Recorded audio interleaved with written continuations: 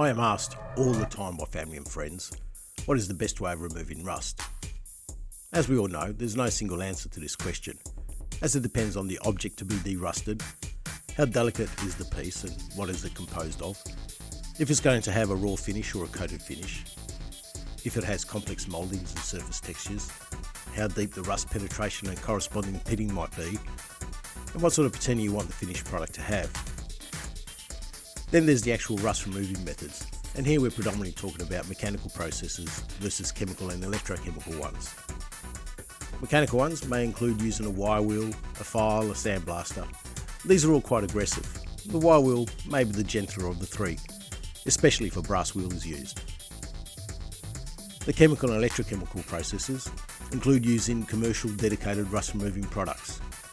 However, this can get quite expensive, especially if you have large pieces to remove rust from. Then there's the electrochemical ones, where a current is passed through an electrolyte to consume rust. See my electrolysis rust removing kit video in this channel if you want to build your own. And finally, there are the chemical ones, and that's typically to use an acid of some type to etch and pickle the metal. This will be the subject of this short video. We're actually going to be a little bit scientific with this video and capture some data whilst we do this, and compare the results using hydrochloric acid, acetic acid and citric acid against the baseline item. I don't know the actual molar strength of the acid in use, however I've used recipes that are typically found on the Googleverse. The length of time that the piece is soaked in the acid will also impact the end result. This, combined with the strength of the acid solution, will dictate the total time required to achieve the results that you're after.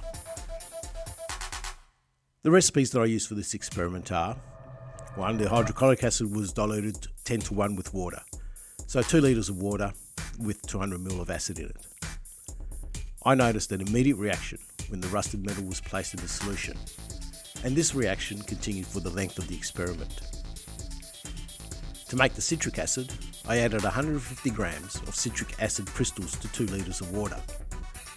Citric acid is most conveniently found in the baking aisle of the supermarket, and it's used to give food a nice lemony flavour. But I digress. The citric acid also demonstrated an immediate reaction to the rusted metal when it was placed into the solution. However, the rate of the reaction diminished over time. The reaction was still evident at the end of the experiment. The acetic acid solution was again a supermarket purchase and was branded as double strength pickling vinegar. There was an immediate reaction with the rusted metal that was placed into the vinegar, but the reaction reduced significantly in a relatively short time. There was no visual evidence of any continuing reaction when the piece was removed from the solution at the end of the experiment. The experiment ran for a total of 24 hours with visual observations at the 12-hour mark and then again at the end. The experiment results are: 1. All the acidic solutions successfully removed the rust from the pieces. 2.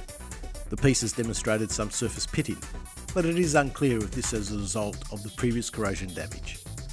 However, as all the pieces were used as part of the electrolysis unit, and all used at the same time, the same voltage and same currents, it might be safe to assume that there was a consistent level of pitting across all 3 pieces before immersion into the acids. 3. The hydrochloric acid solution appears to be the most aggressive, demonstrating the most pronounced pitting in the end. And 4. The acetic solution appears to be the milder of the 3 acids. It might be safe to conclude that removing the piece sooner from the hydrochloric acid solution would have resulted in less pitting. So it may be safe to assume that although the hydrochloric acid was the most aggressive of the 3, less soaking time may have revealed similar results to the other 2 acids. Most surprisingly, the 3 pieces displayed different coloured patinas at the end.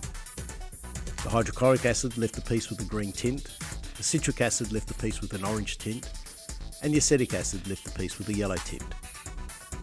All 3 colour patinas could easily be removed with some light mechanical action such as on the wire wheel.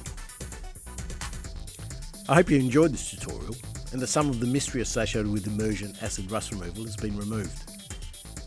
Please remember to like, share and subscribe. Comments are always welcome.